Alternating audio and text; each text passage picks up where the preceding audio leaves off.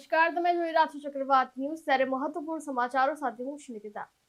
મહત્વપૂર્ણ સમાચાર સામે આવી રહ્યા છે કે જે ગઈકાલના જે મહાત્મા મંદિર ખાતે નવા મંત્રીમંડળની શપથવિધિ સમારોહ યોજાયો હતો, જેમાં નવા મંત્રીમંડળનું વિસ્તરણ પણ કરવામાં આવ્યું છે અને ઘણા નેતાઓને રિપીટ પણ કરવામાં આવ્યા છે। ત્યારે 10 નેતાઓ કે જે જૂના મંત્રીમંડળમાં સામેલ હતા તેમના પત્તા પણ કપાયા છે। ત્યારે આ વખતે સૌથી વધારે સૌરાષ્ટ્રના નેતાઓને આ મંત્રીમંડળમાં સ્થાન મળ્યું છે। ઉત્તર ગુજરાતમાંથી 4 ધારાસભ્યોની મંત્રીમંડળમાં પસંદગી કરવામાં આવી છે, જેમાં ભાબર વાવના ધારાસભ્ય શ્રી સ્વરૂપજી ઠાકોરને નવા મંત્રીમંડળના સ્થાન મળતા વાવ સુઈગામ ભાબર પંથકમાં ભારતીય જનતા પાર્ટીના કાર્યકર્તાઓ તેમજ સ્નેહીજનોમાં આનંદની લાગણી લહેર જોવા મળી છે। ગુજરાત સરકારનું નવીન મંત્રીમંડળની જે કંઈ રચના થઈ છે, જેમાં વાવ વિધાનસભાને યોગ્ય ન્યાય મળ્યો છે, એ માટે વાવના તમામ મતદાર અને વાવ મતદાર વિસ્તારના તમામ લોકો ખૂબ ખુશી અનુભવે છે। સાથે સાથે ઘણા સમયથી વાવ વિધાનસભા વિસ્તાર જે વિકાસથી વંચિત રહી ગયો છે, એ વિસ્તાર હવે વિકાસની ગતિ પકડે અને જે રીતે થરાદ વિધાનસભા પણ વિકાસની ગતિ પકડી છે, એની સાથે તાલમેલ મેળવીને વિકાસની ગતિ મેળવે। સાથે સાથે શિક્ષણ ક્ષેત્રે અત્યારે જે કંઈ શિક્ષકોની અત્યારે ઘટ વર્તાઈ રહી છે, એ શિક્ષકોની ઘટ પૂર્ણ થાય। શાળાના ઓરડાઓ જર્જરિત છે, એમને યોગ્ય સર્વે થઈ અને નવીન ઓરડાઓ મળે।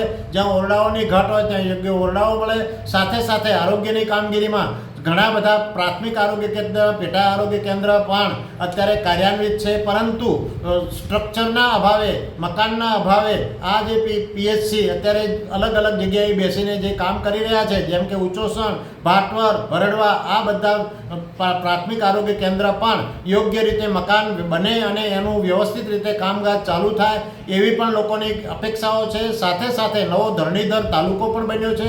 તાલુકા મથકે એક સામૂહિક આરોગ્ય કેન્દ્ર મળવા પાત્ર રહે છે, જ્યારે હમણાં જાણવા મળ્યા મુજબ જૂના પીએચસીને અપગ્રેડ કરવાની કામગીરી ચાલી છે, એ અપગ્રેડ ન કરતાં સીએચસીના સ્ટ્રક્ચર મુજબ નવીન સીએચસીનું મકાન બને એ માટે આદરણીય સ્વરૂપજી અંગત રસ લઈને આ બાબતમાં પણ ધ્યાન દોરશે, જેથી કરીને ભવિષ્યમાં સીએચસીની જ્યારે બનાવવાનું થાય ત્યારે અત્યારનું પીએચસીનું સ્ટ્રક્ચર છે અવરોધરૂપ ના બને અને યોગ્ય સીએચસી બને। સાથે સાથે કૃષિ ક્ષેત્રે પણ ખેડૂતોની ઘણી બધી અપેક્ષાઓ છે અને અન્ય વેપારીઓને પણ ઘણી અપેક્ષાઓ છે, તેમજ અહીંના નાગરિકોને જે કંઈ વધારે અપેક્ષાઓ છે એ ધરણી વાવ થરાદ તાલુકા જિલ્લા તરીકે ધરણી આપણા ધારાસભ્યશ્રી આમાં પોઝિટિવ સારામાં સારો વિકાસ માટેનું કામ કરશે એવી તમામને અપેક્ષા છે।